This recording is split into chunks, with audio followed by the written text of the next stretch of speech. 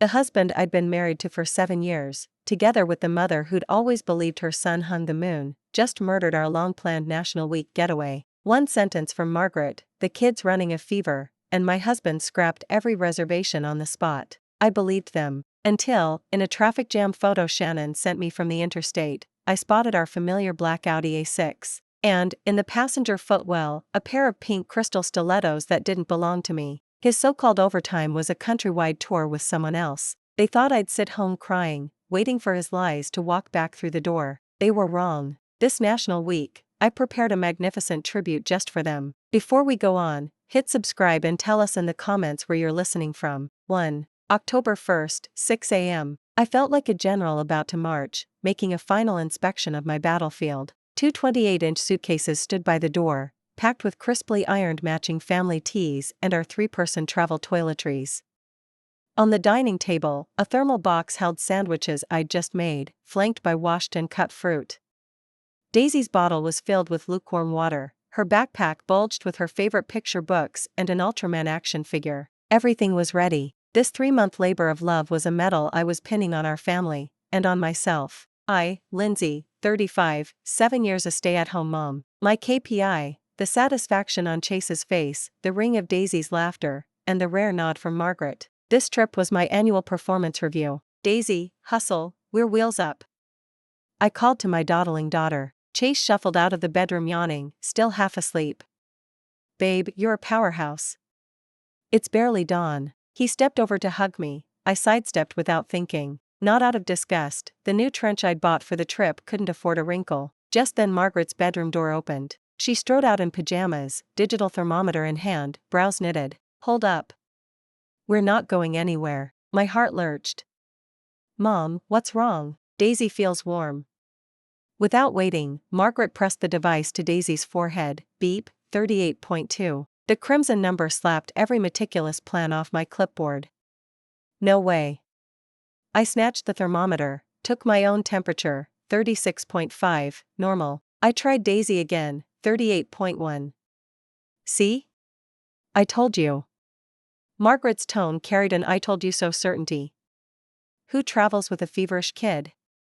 Get to Eastbrook first. What vacation tops your child's health? Chase chimed in at once. Yeah, babe, maybe, we bail? Cancel the hotel and flights while we can still claw some money back. Zero disappointment in his voice, only relief. I looked at him, then at Margaret. One bad cop, one good cop. 7 years, same routine. Daisy, scared, pouted on the verge of tears. I knelt, felt her forehead, warm, yes, but 30 minutes ago she'd been wrestling me for the last piece of toast. We go to Eastbrook first.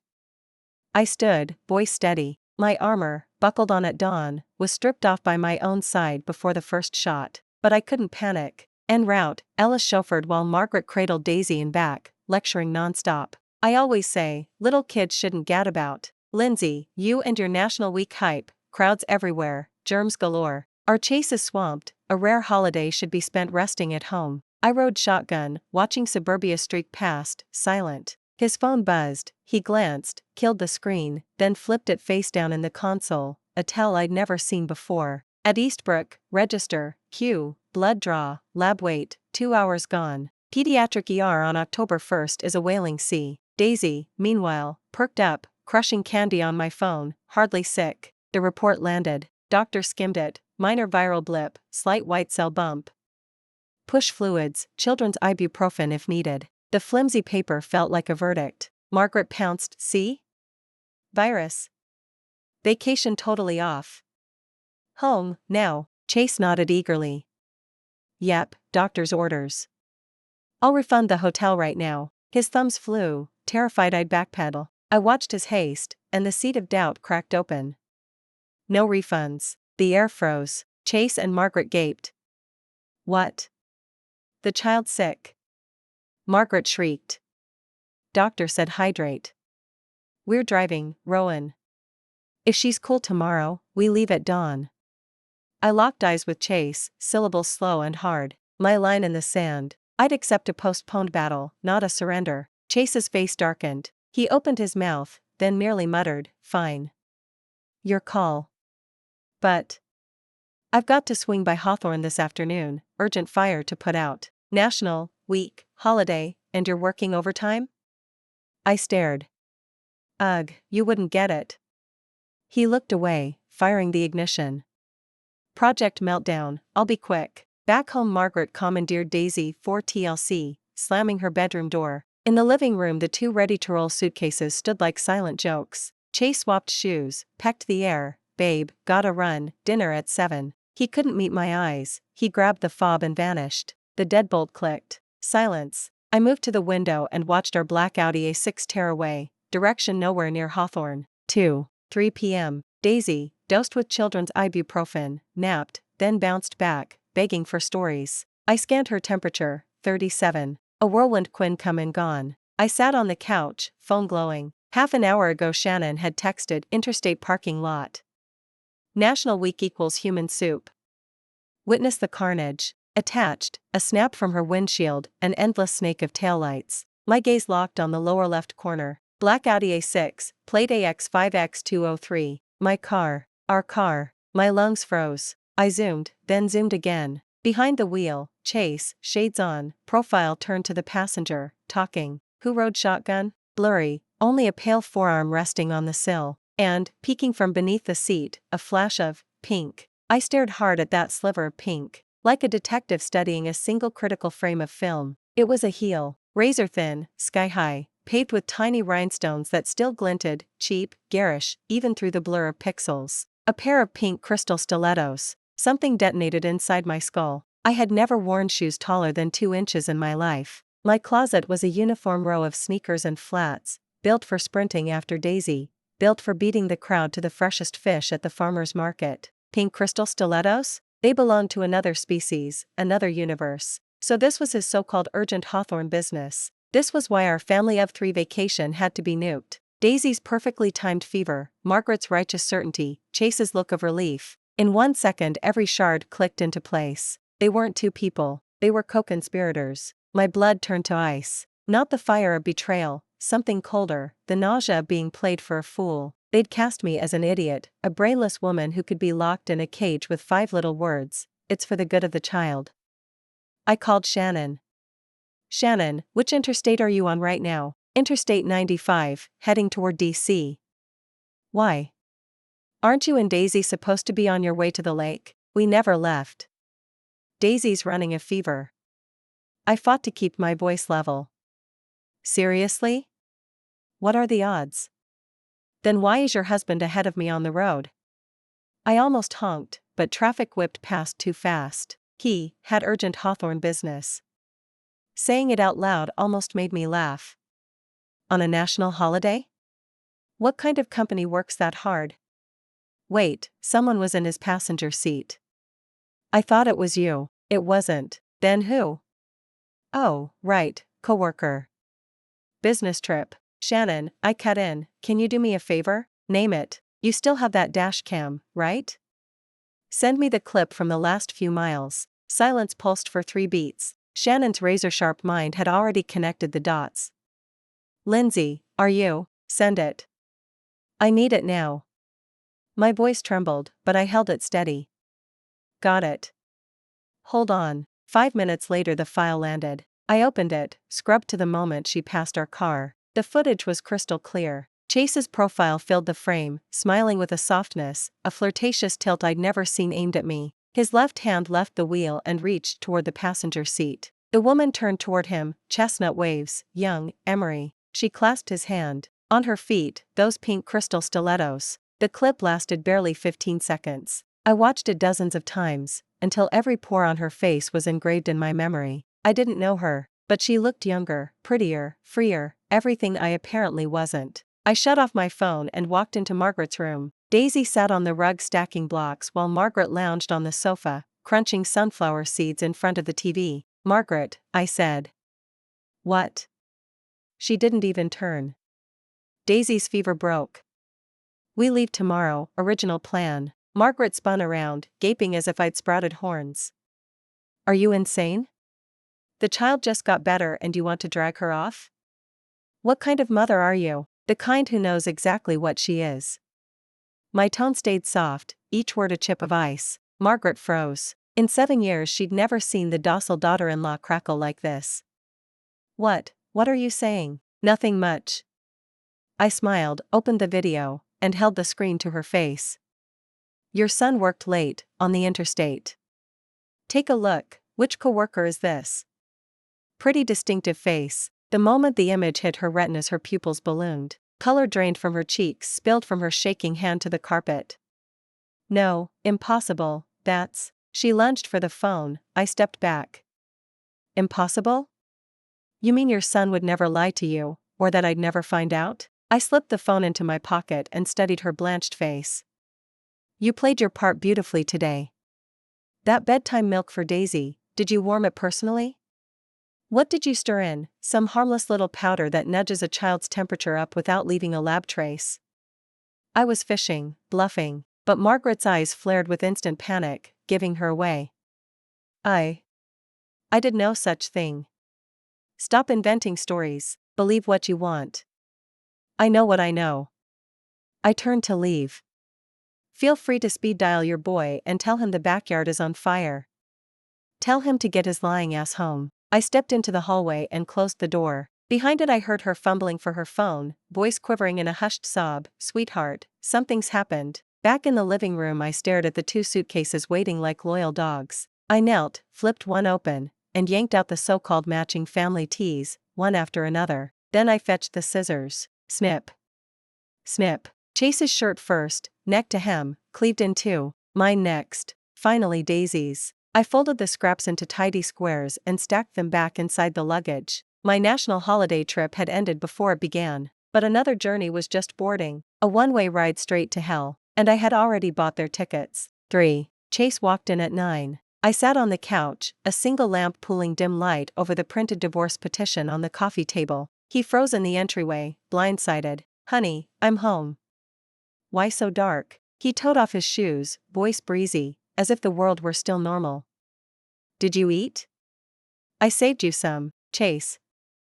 I cut him off. My voice rang clear in the hush. Something in the air must have warned him, his movements slowed. What's wrong? Come here. He approached and stopped 2 yards away. The moment his gaze landed on the document his pupils contracted. Lindsay, what is this? What does it look like? I lifted my eyes to his. 7 years of marriage, and I was staring at a stranger. The easy mask he'd worn crumbled in real time. Who told you anything? His stare darted everywhere but me. Who needs to? I picked up my phone, tapped the video, and tossed it onto the table. Pretty scenery on 95, huh? Comfortable ride for your colleague? Those pink crystal stilettos, do they pinch? Every question carved deeper, blade sharp, through his plastic facade. His face bleached white. He watched his own grinning image flicker on the screen, lips parting, no sound escaping. Nothing left to say? I gave a cold laugh. Right, the evidence is rock solid, how are you going to spin it? Going to claim she's your long-lost cousin, or that the two of you were engaged in a high-level academic debate about torque ratios?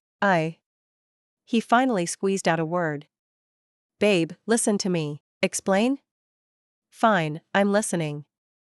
Explain why Daisy's fever showed up right on cue. Explain why your mother was so happy to lie for you. Explain what, exactly, you think I am, what this family is, just deadweight you can drop whenever you feel like chasing a good time? My voice kept rising, skirting the edge of losing control. He backed away step by step until he collapsed onto the couch. I messed up, babe, I really messed up. He started apologizing, his favorite trick. Lower the, say sorry, then wait for my heart to soften. Don't. I lifted a hand to stop him. Save the word sorry for the princess in the crystal shoes. I'm not collecting it. I slid the divorce petition across the coffee table toward him. Sign. No way. He jerked his head up, eyes bloodshot. Babe, I was just stupid for a minute. I love you, I love this home. She was just a fling. A fling? I barked out a laugh. Chase, you used our daughter's health as your little fling excuse. Do you even have a heart? And your mother, your own mother, drugged her grandchild just so you could sneak off. Your whole clan is a spectacle. The moment the word drugged left my mouth, Margaret's bedroom door creaked open. She stood in the doorway, face paper white. "I didn't," she shrieked, rushing in, finger stabbing at me. "Don't you dare smear me. I'd never hurt my own granddaughter. You dare swear you didn't tamper with Daisy's milk?" I stared her down. "Swear on your precious son's career." She clamped her mouth shut, terror in her eyes, confirmation. Chase gaped at her. "Mom, I did it for you, son," Margaret wailed. "You were so exhausted, that woman kept throwing herself at you. I thought, just this once, let you breathe." "Breathe?" I laughed out loud. "Mom, you're a real candidate for Mother of the Year. Your son keeps a girl on the side, and instead of calling him out you help him hide it, never mind drugging your own granddaughter. That maternal love of yours is twisted into a pretzel." "Shut up." Chase roared at me, first time he'd ever yelled. "Don't talk about my mother like that." Because of the woman who'd turned truth upside down, he finally raised his voice. My heart turned to ice. "Fine, I'll stop talking about her." I nodded, picked up the pen, and signed at the bottom of the petition. "Chase, we're done." I handed him the pen. "House and assets stay with me, the car's yours. Daisy lives with me, you pay $5,000 a month support. Sign now, or we meet in court." "Court?" he sneered. "Lindsay, you haven't held a job in 7 years, what makes you think you can fight me for custody? How will you support Daisy?" His ace card, the soft underbelly of my last 7 years. Stay-at-home mom, zero income, not a strong position in divorce court. How I'll manage is none of your business. I stood. "You have 3 days to think it over. If you don't sign, I'll show you exactly what a woman who hasn't worked in 7 years will do for her child." I walked into the bedroom and locked the door. Leaning against it, I shook uncontrollably. Tears finally came, not for the wrecked marriage, but for the 7 years of my life that had been trampled. I thought I'd married love, turns out I'd only married a man who needed a nanny and a baby machine. I thought devotion would earn respect. All I got was taken for granted and cheated on without a second thought. Outside, Chase and his mother argued, wept, none of it my concern anymore. I wiped my face, took out my phone, called Shannon. "Shannon, I've decided." "Decided what?" "Divorce. But I'm not letting him off easy." She was quiet a beat. "Okay. What do you need? Help me look someone up." I sent her the screenshot of the woman from the dashcam footage. "And find me a reliable PI. Finally, pull together all the project files I worked on before." Before hanging up I said, "Thanks, Shannon." "Dummy, no need for thanks." Right then I knew, I wasn't fighting alone. 4. The next 3 days dragged by in a cold war. Chase tried to talk, knocking on my door, texting apologies, swearing he'd cut the woman off. I answered nothing. Margaret swapped faces.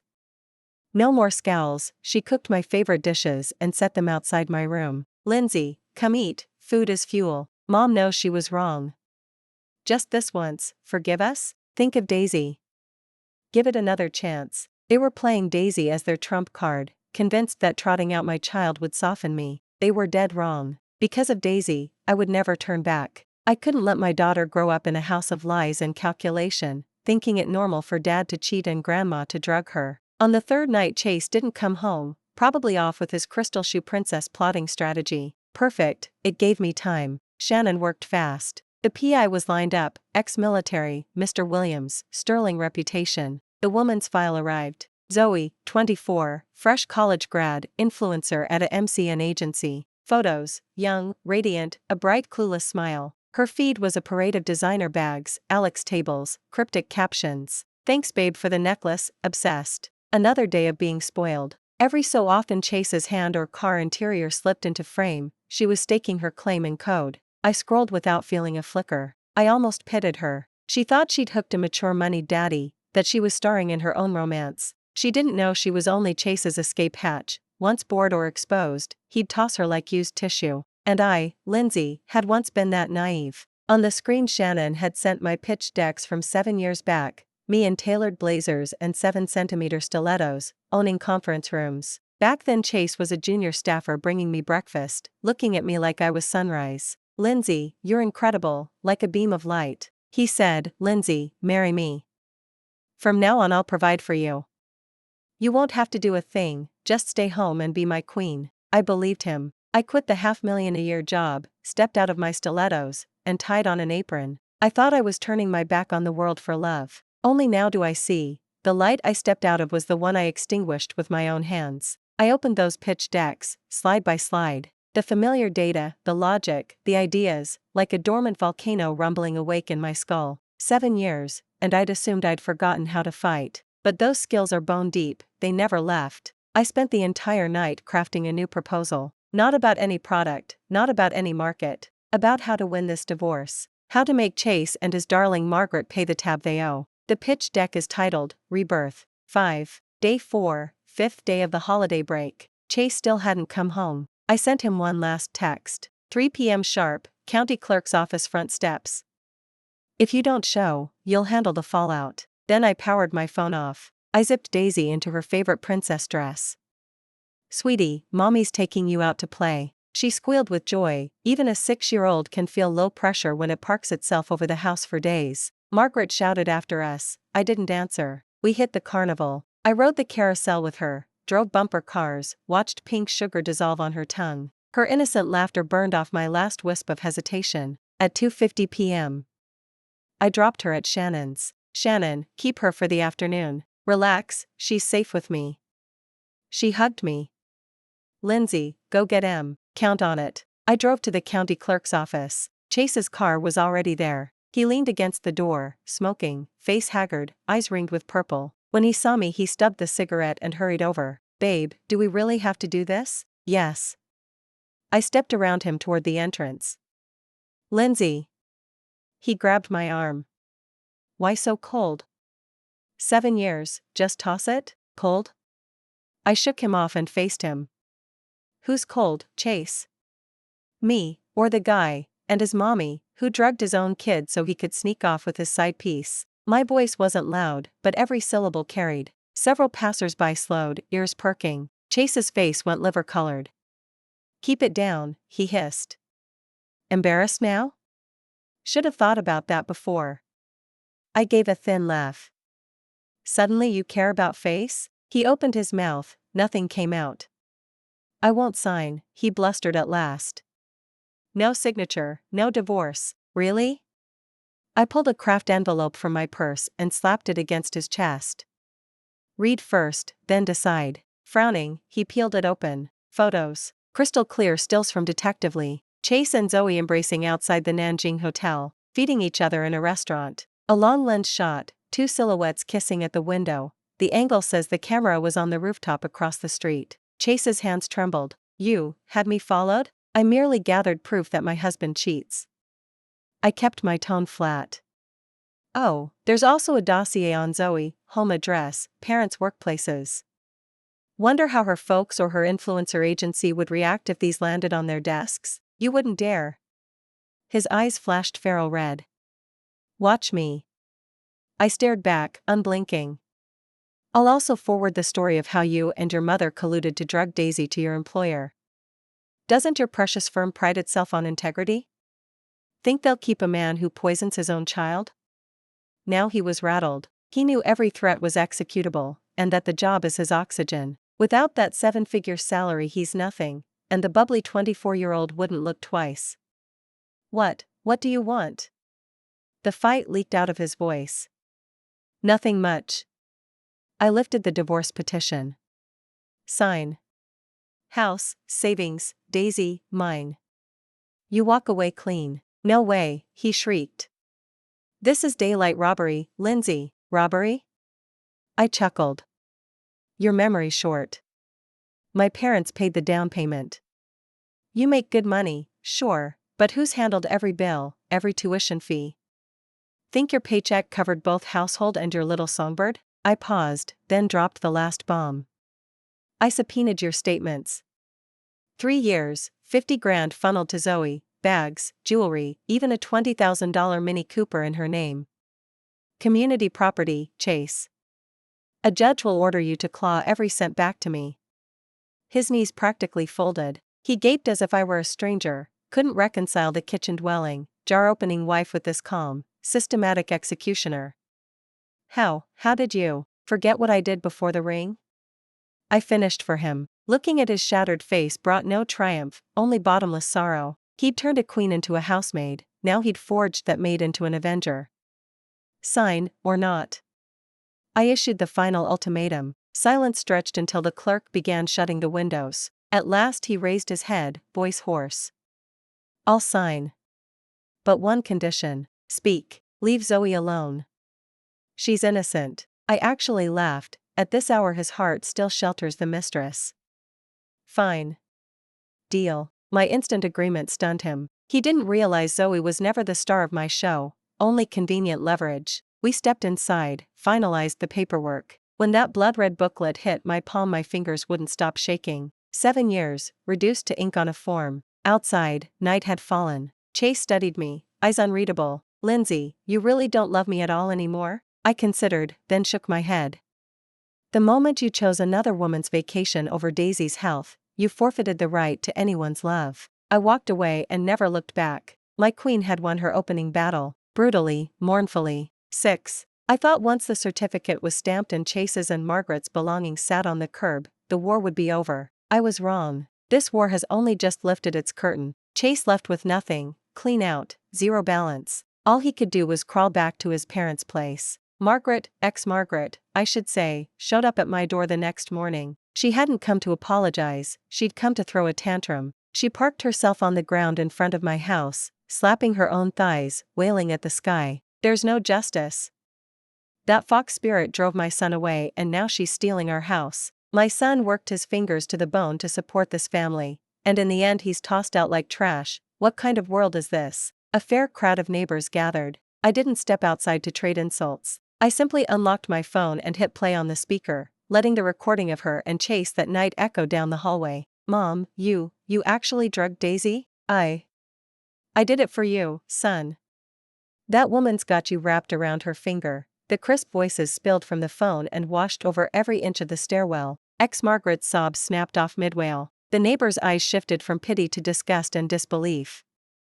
Oh my God, she drugged her own grandchild just so her son could go on a date. That old lady's heart is made of stone. No wonder the poor woman filed for divorce. Ex-Margaret's face flashed red, then white, and finally she scuttled away under a hail of pointing fingers. I knew she wouldn't be back. In this little old complex where she'd lived her whole life, where saving face is everything, she had just died a social death. Old problem disposed of, now for the young one. Zoe. I'd promised Chase I wouldn't go near her, and I hadn't. I'd simply taken those photos and the Venmo ledger, wrapped them up anonymously, and mailed them to someone else. Zoe's top donor. Zoe was a micro-influencer. Her stream always had a handful of men raining money on her. Chase was only one of them. Her real target was a married real estate tycoon in his 40s, surname Wong, who'd already tipped her tens of thousands in gifts and promised to buy her a downtown loft. Zoe thought she had him dancing in her palm. She didn't realize how fragile yet explosive these middle-aged egos could be. When Mr. Davis received that little gift, the insult would scorch him. A 20-something girl had played him for a fool. His retaliation would make anything I could do look gentle. I didn't need the details. I only had to wait. The final evening of the holiday break, my phone rang. It was Chase, cursing the second I picked up. Lindsay, you vicious witch. I told you to leave her alone. I didn't, I said, the picture of innocence. I promised, and I kept my word. Stop pretending. Mr. Davis froze every resource she had, and her agency is dropping her. You destroyed her, he screamed. Really? I gave a soft laugh. What a pity. I guess your crystal slipper princess won't be wearing crystal slippers anymore. Relax, now that you've got nothing, she'll be off hunting the next prince who can afford them. You two were made for each other. I'll kill you, Lindsay. Feel free.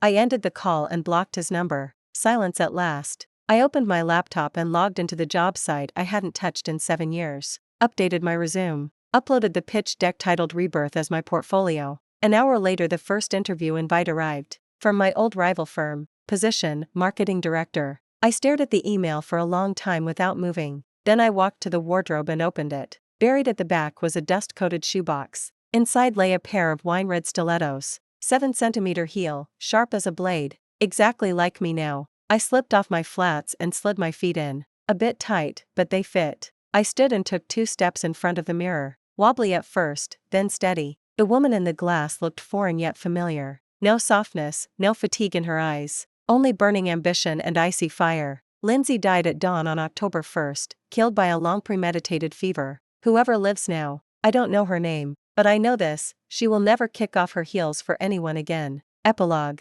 3 months later, I sat in my bright corner office, signing off on a multimillion-dollar contract. My stilettos clicked against the hardwood like war drums. I'd fully grown into the new skin and rhythm. The team calls me Morgan, because I'm ruthless, relentless, and never let anyone get close. Shannon asked me out for drinks to celebrate the deal. We met at our usual quiet bar. "Seeing you like this, I'm genuinely happy," she said, raising her glass. "You found yourself again." I smiled and clinked hers. "To rebirth." A few drinks in, Shannon grew thoughtful. "Honestly, Lindsay, sometimes you scare me." Chase. "I hear he's wrecked, lost his job, stringing together odd gigs. His mom's sick, racking up medical bills. Is that so?" I swirled my drink, voice flat. "Sounds like the bill finally came due." "It is." And Zoe, word as Mr. Davis's wife tore her clothes off in the street, made a huge scene. She couldn't show her face here anymore, had to flee back to her hometown. Shannon studied me. "Did any of that trace back to you?" I neither admitted nor denied, just smiled. "Lindsay, it's over," Shannon said, squeezing my hand. "You've won, beautifully. Quit looking back. You deserve something better." "I know."